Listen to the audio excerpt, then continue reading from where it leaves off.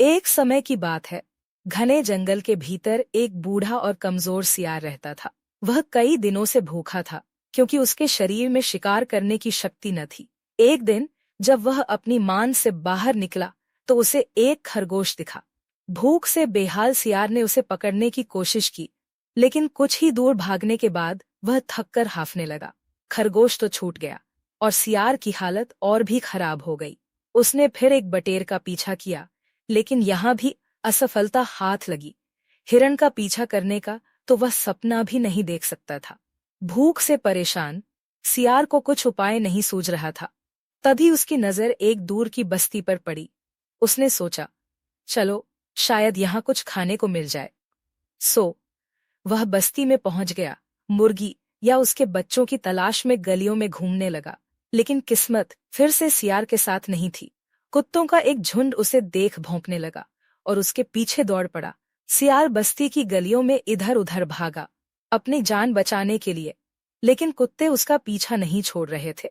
सियार के कमजोर शरीर की ताकत खत्म हो रही थी और कुत्तों का झुंड बढ़ता जा रहा था। आखिरकार वह रंगरेजों की बस्ती में जा पहुंचा, जहां उसे एक बड़ा ड्रम दिखा। जान बचाने के लिए सियार तुरंत उस ड्रम में कूद पड़ा। ड्रम में नीला रंग घुला हुआ था, जिसमें रंगरेज कपड़े रंगते थे। सियार रंग में पूरी तरह भीग गया, लेकिन जान बच गई। जब कुत्ते चले गए और सियार ने बाहर निकलने की हिम्मत की, तो उसने देखा कि उसका शरीर पूरी तरह नीले रंग में रंग चुका है।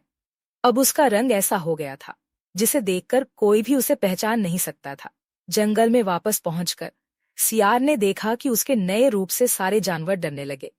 हर कोई उसे एक अनजान और अजीब जियल समझकर भाग रहा था। सियार को एक चालाक योजना सूझी। उसने डरकर भागते जानवरों को पुकारा, रुको, भागो मत, मेरी बात सुनो। सभी जानवर ठिठक गए। सियार ने अपनी योजना के तहत कहा, देखो, मेरे जैसा रंग किसी ने पहले देखा है नहीं। इसका मतलब है कि भगवान ने मुझे तुम्हारे पास भेजा है। मैं तुम्हारा राजा हूँ। मुझे खुद ब्रह्मा ने यह विशेष रंग दिया है और कहा है कि मैं जंगल के सभी जानवरों का राजा बनूं।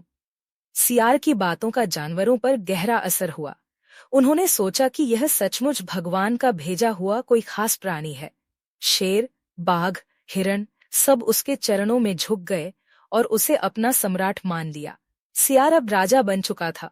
उसने जानवरों से कहा, तुम्हारा काम है मेरे खाने पीने का अच्छा प्रबंध करना, मेरी सेवा करना और मेरी हर जरूरत का ध्यान रखना।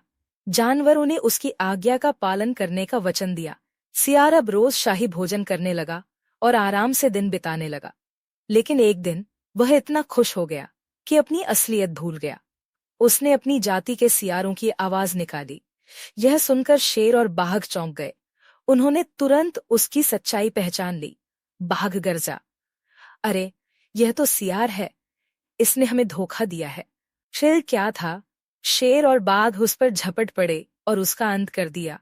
इस कहानी से हमें यह सीखने को मिलता है कि झूठ और ढोंग ज्यादा समय तक नहीं टिक सकता।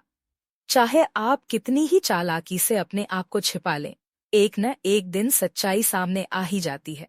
इसलिए सच्चाई के रास्ते पर चलना ही सबसे बेहतर होता है। अगर आपको हमारी कहानी अच्छी लगी तो प्लीज लाइक करें।